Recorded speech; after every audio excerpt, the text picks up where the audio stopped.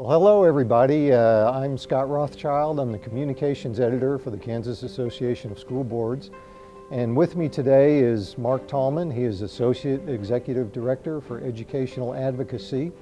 And we're going to talk about what's called the post-secondary success rate.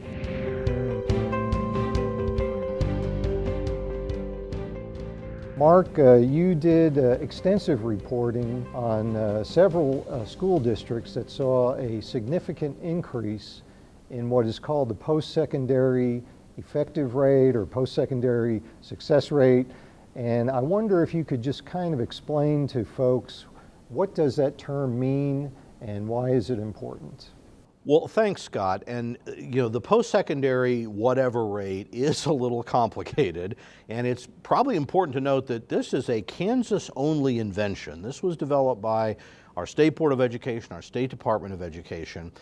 Probably the easiest way to remember it or think of it is the percent of a graduating class that has actually graduated and then within 2 years has gone on to either finish a post-secondary credential of some kind or is still enrolled. So, and this, when we say post-secondary, it's important from the outset, this is any type of like a technical certificate, a 1 or 2 year program, an industry recognized credential, or a 2-year degree through a community college or other institution, or if the student is enrolled in one of those programs or is enrolled in a 4-year program at a 4-year school. So the idea is to kind of say, okay, we're going to educate kids through, your 12 grades, we're going to see if you graduate, and then we're going to have like a 2-year period to see, have you completed a credential or are you still enrolled? Because the data says if a student is still enrolled after if you make it through your first 2 years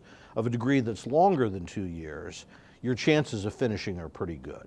So the way we call it post-secondary success rate, it is not the same as, for example, long-term adult attainment, but it is designed to say, okay, as we're trying to capture kind of a final measure of a class, how well did they do to getting some type of credential? And again, probably worth stating, and why are we worried about this? Because there's such a strong correlation between, what you might call economic security, income.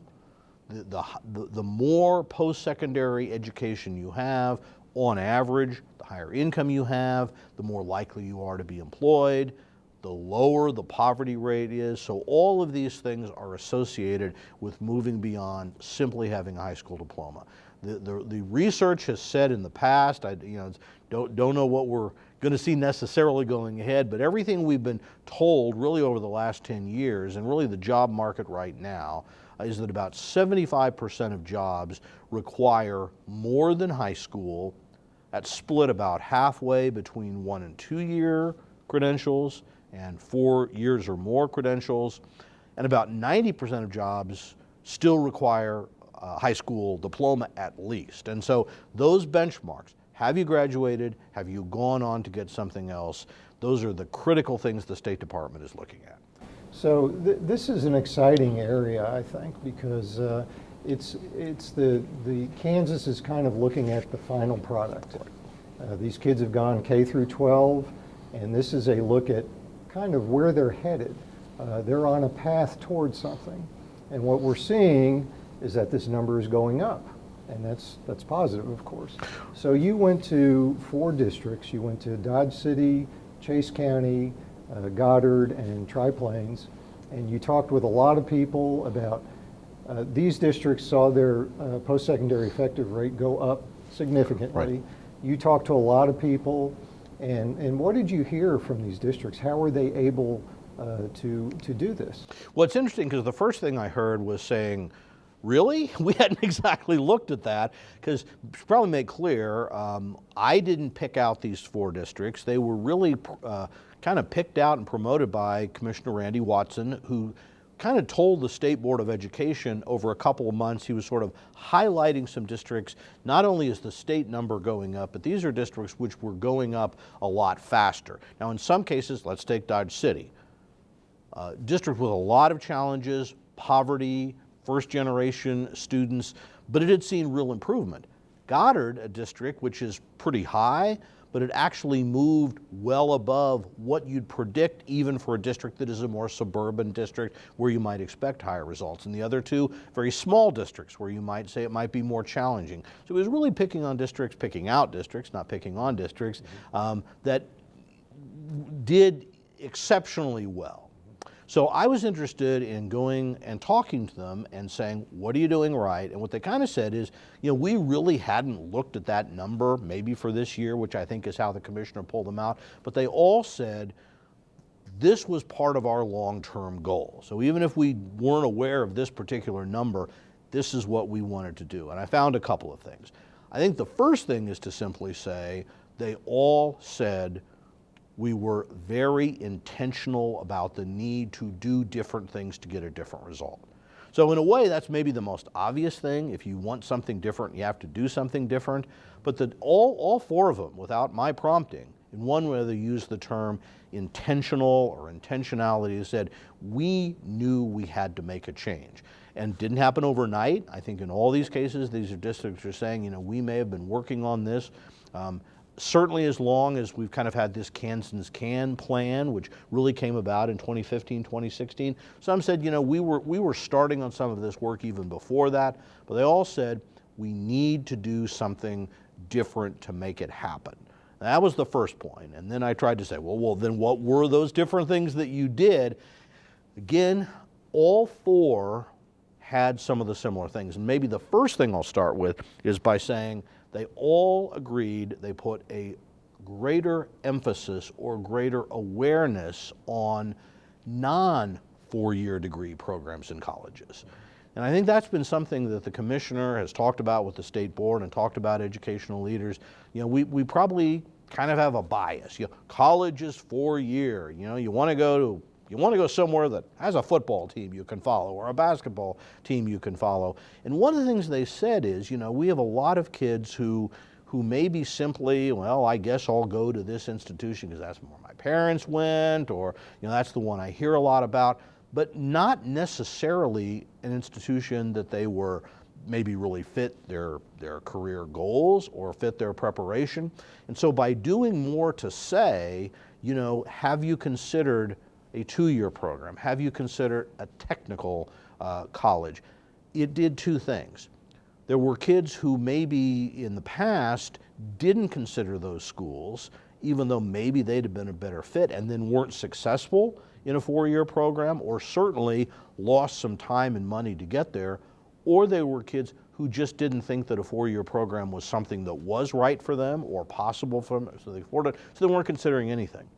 By putting more of an emphasis on all of these different career options, they said that improved our numbers all the way around. We had more kids getting interested, we had more kids trying these programs, and we had more kids ultimately becoming successful in these programs because we worked with them. A second thing, I think very much tied to that, was they all stressed that this effort to do that, to help kids have a better career path and a broader sense of possibilities, the whole district had to be a part of. That it wasn't just what the counselor did. It wasn't just something that somebody organized a career day and this is what happened. All of these had a process of saying, well, I should make an exception. 3 of the 4 districts all said, we assign our districts to a teacher for kind of, whether you call it the homeroom or the IPS, individual plans, a lot of different names for it, but basically kids are put in a group of a group of freshmen, for example, but then the teacher they're assigned to stays with them all 4 years. And they said, that means you have a teacher that gets to know those kids better and that can specifically work with them on their career plan. And one of the things they said, this takes teachers having to accept the idea that, my job is not just to teach English or math or PE or whatever. My job is to work with this group of students on their career plan, work with their parents, get to know them. That's a change. It's a challenge. One of the things they said, a lot of teachers wasn't, they didn't want to do it, but they said, I don't know how, I'm not sure I can. And so a lot of effort was made in order to say, what will it take, to get our teachers prepared for that role? And what these districts said is, as all of our staff, all of our teachers accepted that role and we moved to this structure, that's part of how we have this success. Now, the exception to that, again, interesting place to visit, Tri-Plains, USD, and now I'm forgetting, in Winona, Kansas, Winona High School, one of the smallest districts in the state, about 70 kids. West of Oakley, right? West of Oakley, that's South of right. Colby. South of Colby. This year, they don't have any seniors in their class, for their high school. So in that case, they don't really need individual homeroom groupings because it's kind of what you do with every student. But again, every teacher, and again, it was very interesting because, I met with, the science teacher who came in was the science department for the whole district, but also said, our job is to be working with every child on what they want to do. And so that sense of having the entire staff involved was really a critical part of that. The next thing I think that was really critical in all 4 of these districts that I visited was they said they had great cooperation from area post-secondary institutions. And again, particularly a focus with some of the 2-year and 4-year schools. So not only did they say that had to be a change in kind of our attitude or in the message that we sent as a school district, as educators, but we've also seen that our post-secondary partners are doing more outreach. They are doing more recruiting. They are doing more awareness. They are being more cooperative in terms of offering these joint programs. And so that's something that if you look at the data in our state that has been a real success story, basically over the last 10 years, the number of students who complete a post-secondary credential in high school has doubled. A lot of that has been in career technical and what some people still think of as Senate Bill 155, but is now technically Excel and CTE. It's an initiative that goes back to the Brownback administration, where basically providing at no cost, students could take technical programs from post-secondary colleges while still in high school. And that tremendously, I think, gave a real impetus to expansion of those programs, and that's been a big part of the success. But all of them also cited our work with 2-year institutions, our work with 4-year institutions. Goddard, for example, very lucky. They're in a county relatively close to multiple 2, 4, and technical colleges are available. Some of these other districts, there's more of a distance factor involved, but what they all talked about is that very strong partnership. So one of the things, Scott, that I don't know, because I haven't gone out and talked to people where it hasn't been as successful, so I don't know whether this is the norm or not. But we do know in this sample of districts that have done exceptionally well, they all credit their partnership with post-secondary institutions was a big part of how their post-secondary rate improved. That's a big difference. I mean, it sounds like a much more, it takes a village type of approach to education or just community-wide. I suspect when there's more entities involved, there's also a lot more parental involvement also. That's right. Well, it's interesting you meant the take a village approach, and that's something, again, out in Winona, Kansas, a very small town where I think everyone who sat around the table in the high school library with me kind of would go back to using that phrase, right? Because it is both the view of the school, but also their relationship with their parents, with their family, with their community. And I think in most of these cases, having a sense of saying, our community understands that we have to work together. First one I did, Dodge City, that was very strong. One of the things they said over and over, that the last 5 years or more, the partnership between the school district, the city, the county, and the community college was outstanding. Now, a little different approach, Chase County. They're 10, 15 miles from Emporia, so you've got a four-year institution and a technical college there. There's no place right in town. But one of the things they talked about is how community members, alumni from the school, started a foundation to cover the costs of attending post-secondary programs when the state wouldn't pay for it. So Senate Bill 155, Excel and CTE, that means that it covers, in effect, the tuition, but it doesn't necessarily cover all costs. And if you're talking about non-CET programs, say with a community college for simply beginning to work on your general education, those costs are not covered by the state, and they're not covered by federal financial aid. So in this case, the community started a foundation. Again, there's other communities that have done the same thing, to say if we've got students where cost might be a barrier, we want to help. Very much, again, a part of that community. And I think particularly, and I heard this everywhere, but probably strongest in some of our smallest communities, was saying, we know that if our school doesn't survive, the town won't survive, but we also know if the school isn't producing kids who can come back and have the skills to be successful. So you look again, a place like Tri Plains out there in Winona, heavily involved in agriculture. And their point is, we know that to be successful in farming, that takes a level of skills that may not have been there in the past. Or who's going to come back and be the banker? Who's going to come back and be the lawyer in town? So their sense is we need educated people with different levels of skills. If our school system is producing kids who don't get those skills, they can't come back and be successful. And if they don't have the skills and remain in town, well, our town still may not have the workforce that we need to be successful. So that was a big part of it. So, I mean, folks are, I guess the takeaway is folks are realizing that the success of their community, and in a large part the success of our state, depends on these students, getting into the real world quickly after high school, right, and succeeding themselves. Well, again, all of the information is telling us that the economy of the future requires a higher level of skills than the economy of the past.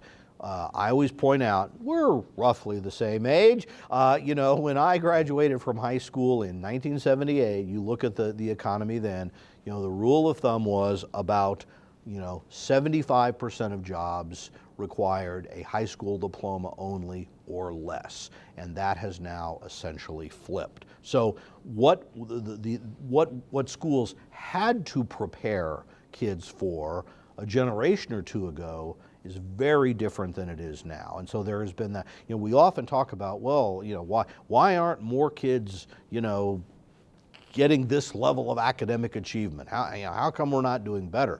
Well, the fact of the matter is, our education level in Kansas is higher than it's ever been, but the need keeps rising even faster. So that's the struggle to keep up. And again, one of the things that, at least in these four schools, have really embraced that Kansans can idea, which says we are going to have to put more emphasis on getting kids with a set of skills to be successful. Part of that's the academic preparation, but part of it is the other skills that you need to be successful, the ability to, and this is a whole host of things. This is what was so interesting about talking to, again, particularly the small schools, but I heard the same thing as some of the larger ones. Their emphasis on activities, their emphasis on having lots of ways students, kids could be involved, because it teaches them how to do other important things. It teaches them how to set goals. It teaches them how to deal with failure. It teaches them how to work with other people, accept responsibility. All these things are going to be necessary in the workplace. They're going to be necessary when you get to college, and there aren't bells ringing to tell you to go to the next class. So all of these districts are saying we are working harder to help kids acquire those skills so that they will have a wider set of things to kind of take out in the world and be successful with. Well, and I think it's also remarkable that these districts, and really statewide, the number has been going up, happened during the pandemic. I mean, right. we've made these strides during this huge disruption to the public school system. It has been. Now, one of the things that we'll have to watch carefully is that, because that's the other part of that post-secondary effective, statistic that I told you, all because, frankly, in order to deal with districts that have, small districts that have big variations in a graduating class, we calculate it using a 5-year average. And so, again, that's what's kind of surprising about some of these schools, seeing this improvement year to year, but part of this success, is kind of captured over time. It's been moving up. That may mean, because we know college enrollment has been down over the last several years. Now, that's overall enrollment, so we still don't have necessarily the clearest data as to high school, college, dual enrollment, concurrent enrollment, those sorts of things that remain to be seen. But you're absolutely right. I think that's been one of the things that, as even in the pandemic, that has remained high priority, and that's going to be, I think, very important to coming out of that. Ultimately, recovery from the pandemic is going to be our ability to, get kids kind of caught up and allow them to continue to move ahead with that level of preparation that they may not have had in the past, and will be more challenging if they've had to deal with some of the disruptions that COVID has caused. Well, after you spoke with these school officials and community leaders in these 4 different areas, what challenges did they talk about? What do they see as a future issue that they're going to have to address? It's interesting because there was a question I placed to all of them, and I think there were several things that came up, particularly the larger districts. The number one thing they talked about is students dealing with the technology of social media, because the way that ties into emotional issues, the way that ties into depression and mental health and those distractions. I thought that was kind of interesting. It wasn't necessarily talking about, because we often talk about the issues of poverty and some of those things, and what we're hearing now is saying a lot of it is we're on one hand trying to do a better job of focusing kids' attention on their future, but there are so many disruptions that they face right now today, and that's a big part of it. The second thing that everyone brought up is the challenge of the educator shortage. You say teacher shortage, but I think that translates into everything else. Principals and superintendents and bus drivers and cooks and everything else. Everyone is concerned about that. And as they say, what we're seeing is we're asking our teachers and others to do more than ever. We're asking you to not only teach to a higher level, prepare kids to higher standards, and by the way, be a career counselor, be a family liaison, help us, monitor behavior and mental, do all these things, and yet we, as I think, we've talked about, the state has reached at least a recent record number of unfilled vacancies was reported to the state board. That has been growing. And as we know, and again, this is not a unique challenge to education, obviously. I mean, we know that businesses all over the state, but that doesn't make it any easier for schools to have that staffing. And so that's a big part of their issue. And again, heard that everywhere. Large districts are saying, we're facing this struggle. Small districts are saying, how do we get people? We've got a great staff now. How do we get people who are willing to move out to our small town to keep this going? So I think those were kind of two overriding concerns that I probably heard the most. How do we deal with the new challenges that our kids are facing kind of in their immediate world, and how do we deal with the long-term needs of staffing our schools, replacing teachers? Invariably, teachers are going to retire every year, no matter what happens. There has to be people in the pipeline. We haven't had as many people in the pipeline as in the past, and then how you kind of distribute those teachers based on need are real challenges. Obviously, these districts are doing great things. They're doing a lot of collaboration. They're doing a lot of more increased and intense focus on the students, and this has to have a price tag. I mean, this has to cost money, and I wonder if you could just talk about how school funding has helped this effort in the past few years.